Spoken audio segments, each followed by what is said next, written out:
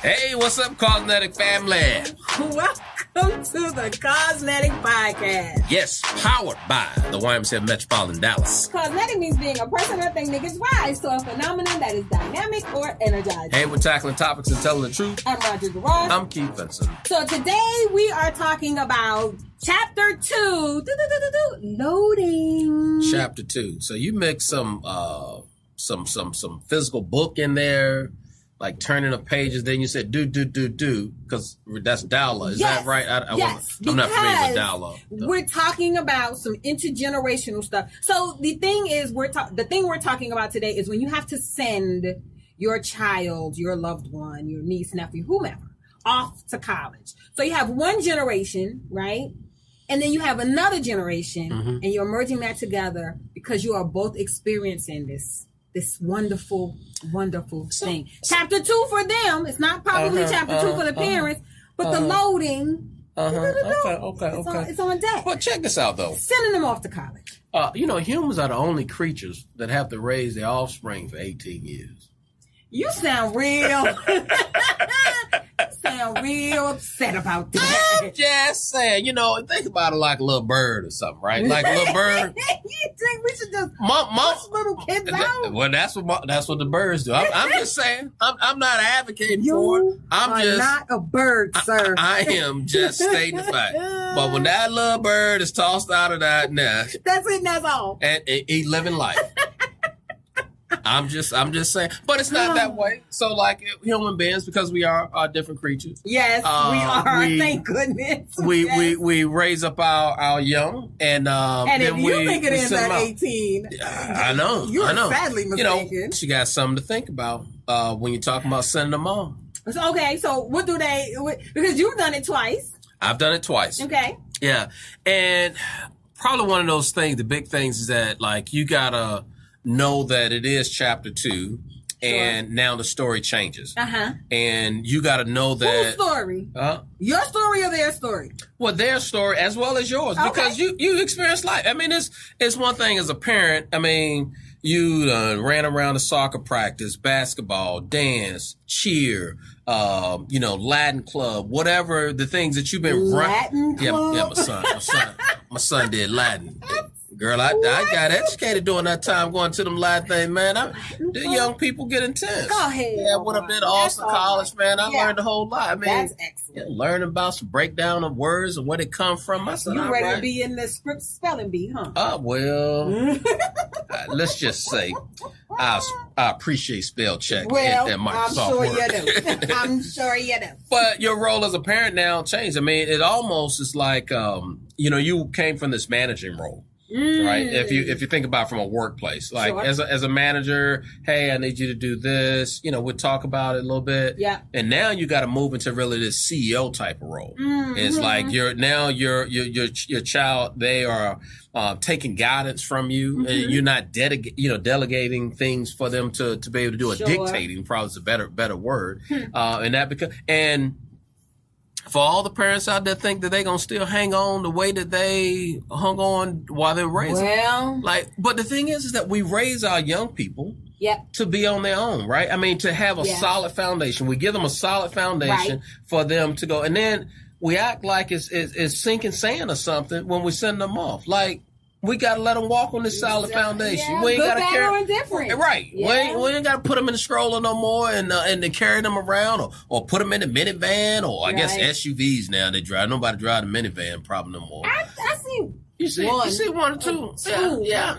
Maybe. But I get what you're saying. I get where you're going. And so parents, you gotta be willing to give up just a little bit. Well, just a little bit. I feel like it's a conundrum that you exist in as a parent, because you want to think that all those years of planting all of those seeds and establishing and helping them kind of identify what their value sets are will show up. But at the same time, no matter how old they get, they still your baby, and you don't want them to mess up or be messed over or be hurt, or you want to help them. You want to say duck. Because been there, done that.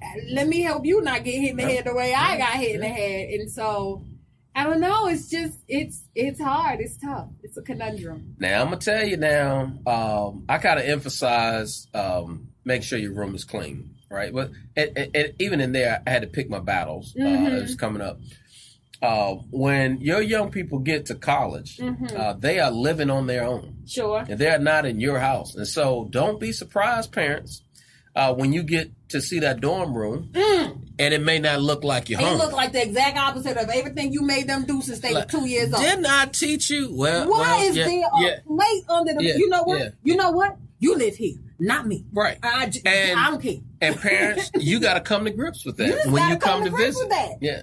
Yeah. And so your life is a little different for the young folks. Why do your clothes look like that? I know I bought you an iron. Where is it? You know what? You don't mind looking like that? I don't mind you looking like that. You are a reflection of yourself at this point. I totally get it. Yeah, and it's difficult sending off. And it's not an easy thing, but parents got to come to grips with their loss. Yeah. Is that there's a separation. It is a little bit of a sense of loss. It is. Right about that. It is. It sure is. Definitely. Yeah, I was talking to someone recently, and they sending off the first one to college. Okay. Now, the way I've always, and I didn't know the young lady, I only met her once, but the way that the mom describes the young lady, like she's the responsible one, of the, now all the kids are special, right? Right. But all of them, they have some. You're getting ready to do a whole nother podcast on favorite time, on favorite kid. I'm not saying this was a favorite. Well, wink, wink, no. Well, wink. So, and the way that she describes her child, responsible, dedicated, she's going to do for her own. But she's worried about sending her baby off to college. Well, and I'm saying, don't want the world to get at them. Yeah, but I'm saying, what did you teach? You got to trust your foundation. Trust what you. It's not that we don't trust our kid. We don't trust everybody else around our kid. Well, it is the world that they're gonna live in, whether they're home or in college. Makes sense. I'm just trying to help you, help me, help you. Okay. It's definitely a thing. And then with social media, us parents. Because we're older and we're much more intelligent. So we want to find ways to spy on them without them knowing. So we're going to go to the social media, and track them, and then them parents don't. And get your mind blown when you see the stuff they posting like, oh my God, is that my kid? I'm just saying. I'm just saying. You have been lurking, I'm just saying. Hey, this whole frequency of phone calls and texts, for whatever reason, there's some large subset of the young people who go off to college. They almost forget that, they have parents. They're busy. But you know what? Butterflying. Yeah, they're busy. Right. But when that butterfly lands, right, I have a bank. Oh, I mean a parent. That sounds like it came from a place of hurt. Now, they ain't called in 2.5 weeks. But now, and with the way things are now, it ain't nobody. You're not waiting at the mailbox to get the thing. It's this whole instant thing. It's instant. Like I'm texting you, and right now I should get a notification. Right. The Cash App, the board and change. Change the game. So it ain't a matter I got to go out the house and run to the bank and put money in your account. No. I mean, this technology that made life so easy. I'm in a meeting. I'm on a call. They're like, and that sounds like a you problem, not a me problem. Right. Can you get my money in in 5 minutes? Oh, yeah. I don't really understand what, and? That one right there, man. I'm fortunate that I didn't have to experience that part right there. Well, let me take that back. A little bit. I'm sure unless you wouldn't have known about Cash App, you wouldn't. And then there's some conveniences to that as well, also. Absolutely. But parents, you got to know that this stuff is coming. You got to prepare yourself. And my question is this, and I don't necessarily know if it even has to do with when you send your kids off to college. It's just the function of as they get older. My sweet potato baby does this. Why do they FaceTime you and you see everything but they face? So they FaceTime me to ask me, to tell me, because they know if you just text and ask me for something, I'm gonna be like, I'm fine, how are you? Because they know their mom is petty. They'll FaceTime me and I'm looking at the ceiling, or I'm in your backpack, or under the desk. Like, why can't you just call? And they're like, I did. No, you didn't. You FaceTimed me. Like, I don't even see your face. And you like, gotta... What are you talking about, lady? Parents gotta understand communication. Communication is so different. I mean, because probably for the parent, probably is within that age range where you probably picked up the phone and called. Right. You know, and now it is this FaceTime, it's like, text. And it's like... I can't. Yeah. Wow. Like, if you're going to FaceTime, it's in the name. FaceTime. Yeah. We're supposed to have some time when we're looking at each other's faces. And, you know, some parents think that the child is going to want to come back every weekend. And here's my rhythm to going off to school is that in the first semester, there's some angst for the young person to want to come back home. Sure. So go off to school. Hey, I kind of miss home, or let me see what home is like. But what's not realized is that when you go off, I don't care if it's a month later and you come back, like, home has changed. So not even just the four walls of your house. You're not coming back to high school because you lived all this time, these 4 years in high school, and you did this routine and you saw all your buddies, but your buddies done gone off to wherever they gone. Yeah, and so ain't nobody there. Ain't nobody, you know, sometimes ain't nobody home to hang out with when you come back. Now there may be one or two, but they're living their life too, and you've lived a life at college. And then sometimes your perspectives change so much you don't really want to hang with them like that. That quick, because when you get to college, you establish a whole different set of friends than you did when you were in high school. When you were in high school, and your movement is totally different. And so, as you know, parents, we got to understand and give our young people that space. Sure. To be able to be a little bit different. You know, for my children, I started establishing when they were really little this formula for when they went to college. You know what the formula is? Formula, okay. There's a formula. I was like, here are the two non-negotiables, right? Your major is what you decide, whatever you feel like is gonna make you happy and help you be successful in what your definition of success is. What school you decide, that's up to you. Whether you want to go to a PWI or an HBCU or whatever, small college, large college, all up to you. Here's my two non-negotiables. It has to be in another time zone, and somebody else got to pay. That's it. And so what's your success rate so far? 100%. So tell us about, tell the people about how your folks, how you not writing that extra check. I ain't writing that extra check.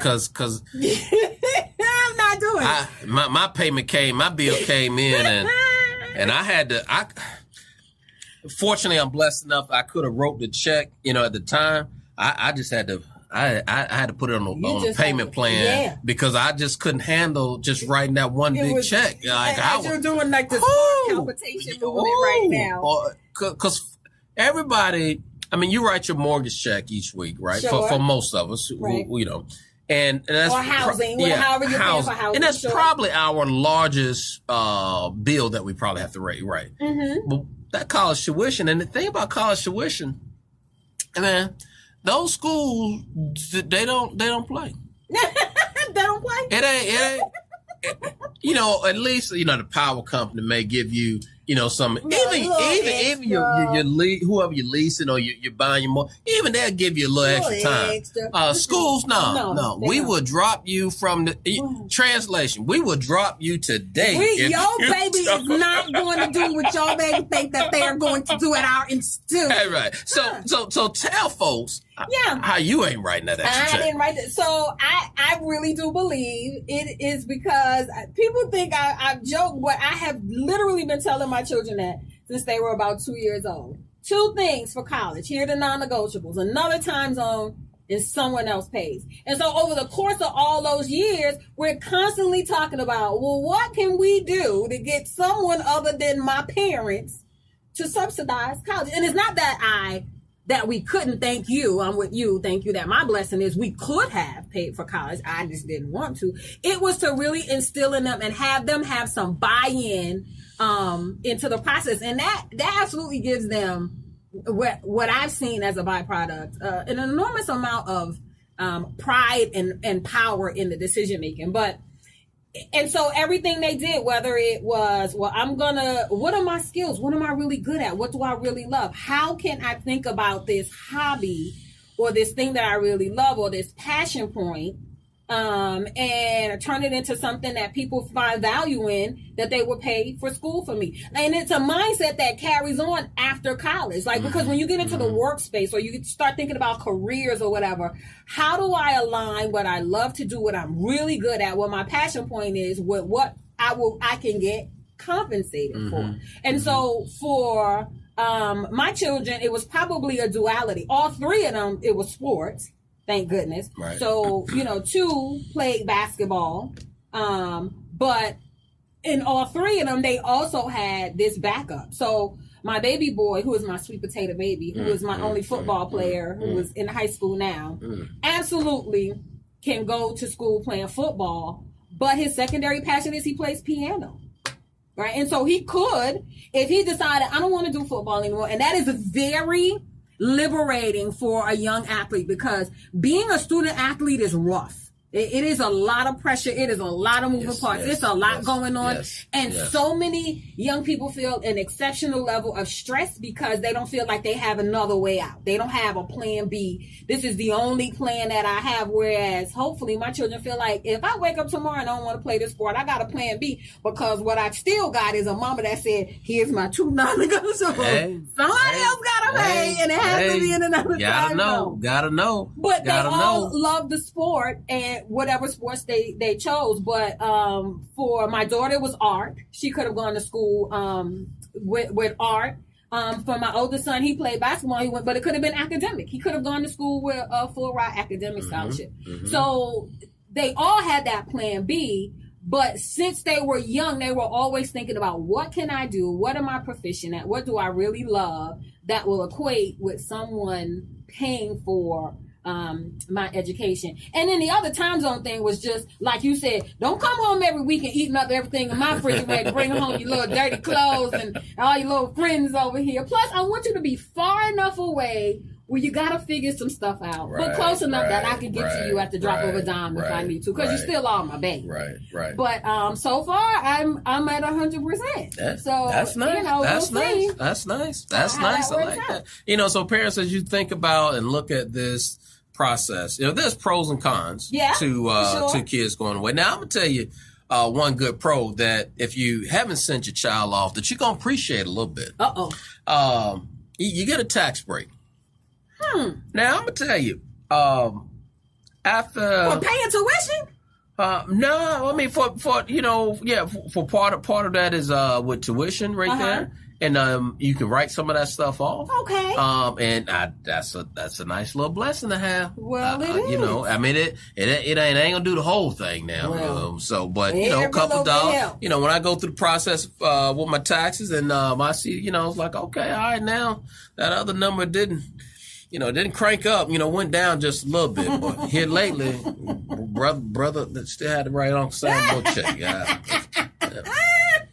And then you think about your own time also. Well, is that, hey, one less person to concentrate on. You get some time. You get some time. That's true. Things become a little bit more flexible on the weekends. Sure. And then if you got one child that is only a couple years behind, now that child that, while they still will get a little extra love, that child, maybe another child still at home, you get some freedom, but then those kids, they get freed up just a little bit. So now maybe number 2 may get a car where number 1, maybe they didn't have a car. They're not taking a car off to school. That reeks in the house. I know. And then child number 2, now they scheming at this point around the house, okay. But now the other thing is, they can't blame nobody. Because my boy tried to do. Why is this like this? Well, let me stop you there, son. Right. Ain't no way you're the only one here. Because the other 2 adults didn't do it. It was a rhetorical question, because I already know the answer. Okay. All right. The big part also, and you said this earlier, is that the life-changing experience that the child gets by being away. Mm-hmm. I mean, because they still may call you, hey, mom, hey, dad, how do I, figure this out?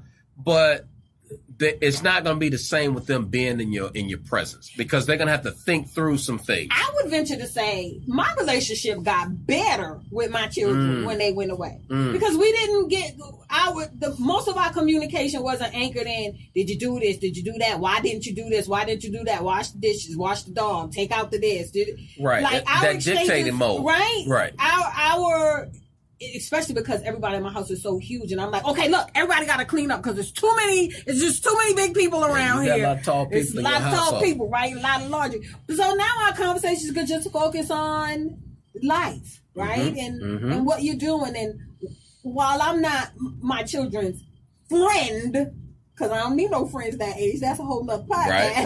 Right. But we are definitely friendlier. There was absolutely an evolution in our relationship. That is really refreshing. And sometimes I'm even quite surprised at how insightful. I'm like, yeah, just like your mama. Okay. The thing for me, one of the things I picked up on was this whole part about just following the school now, whether that's the football team, the basketball team. You don't need another sport or something to be. But it's connection. So I know. But what if those teams suck? Well, well, you're a commando. What is the name of the team? I don't even know. So you probably used to it. I got my favorite basketball player. Is now a part owner of Washington, so I'm good with them. Well, and that's what you got to tell you. I'm hoping that they would change the name. That sounds really new ownership. Okay. But I remember one of the experiences that I had with my son.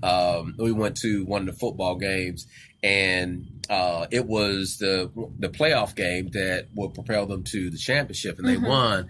And they had a bus going to the next game. And had it not been Thanksgiving, we had already had plans. I was like, son, let's roll, man. Let's get on the bus. I'd have been on the bus with the college student, like, hey! That'll put you off. Huh? That'll put you off. You think? Yes, absolutely. I would have called the school expedition to get that old man off of y'all student bus. I'd have been there. Then there's a few downsides too. You got to, so that whole part of like the paperwork and all that stuff. Sometimes navigating through that with the students, like, hey, you're there. You got to take care of this. Not tomorrow, but you need to get this today. And even the whole FAFSA process, even with my students being, my children being on scholarship, you still have to deal. I'm like, oh, good gracious. Let me tell you this, parents. If you haven't filled out that information yet, here's the twisted part is, the password, the username and password always gets me. It just throws me because you got to go through the process, the parent, and then the child has to go through the process. You can't do it in the same portal. You got to go out of yours, get to theirs, and vice versa. I mean, it is. So parents, beware of that FAFSA form. Our government, we probably could have figured that one out just to get a little bit better about that one right there. Yeah. So it's a thing. Sending young people sending them off to anywhere, just out the house, period, right? Like while we're talking about college, what if they're going off to the military? Yeah. What if they're just moving on their own to go explore? But we've raised them in such a way, we've created a foundation for them to be able to walk on in such a way that for them to be able to connect with life, you've done all the things, right? All the things that help them prepare. You put them proximate with wonderful organizations, national organizations that they can be a part of no matter where they go. Right. Places like the Y. So I slid that in there. All right. It was excellent, wasn't it? All right. I slid that right on there. So parents, you please be encouraged to what you deposit into your young person. Yes. And there's, we get a lot of Y folks that listen to this podcast. You've impacted so many young people's lives. Continue to pour into them. Yes. Stay in contact with them. How wonderful it is when young people experience that same sense of loss when kids start leaving. You be like, hello. I got one right now, man. Yes. I've seen her since she was about 3 or 4 years old. Now she's graduating. Going on It's like, oh my goodness. Oh my goodness. But we poured into them. We invested in them. And now they at this place to be able to take off and shine. So thank you guys for all that you do for young people. Just prepare them for life. And I want to also thank Lachey Leonard, our executive producer of the CAUSENETIC podcast. Thanks for all that you do, lady, to help support us and make us look good. She's so awesome. She is. And thank you all for listening to the CAUSENETIC podcast. On this episode, Chapter 2, Loading. You have to say that part of it when you say them. Okay, I'm sorry. I use high-speed internet. Whatever. Thanks, family. Subscribe and listen to us weekly. And don't be shy. Give us a 5-star review. And as always, be dynamic. be phenomenal. And be CAUSENETIC.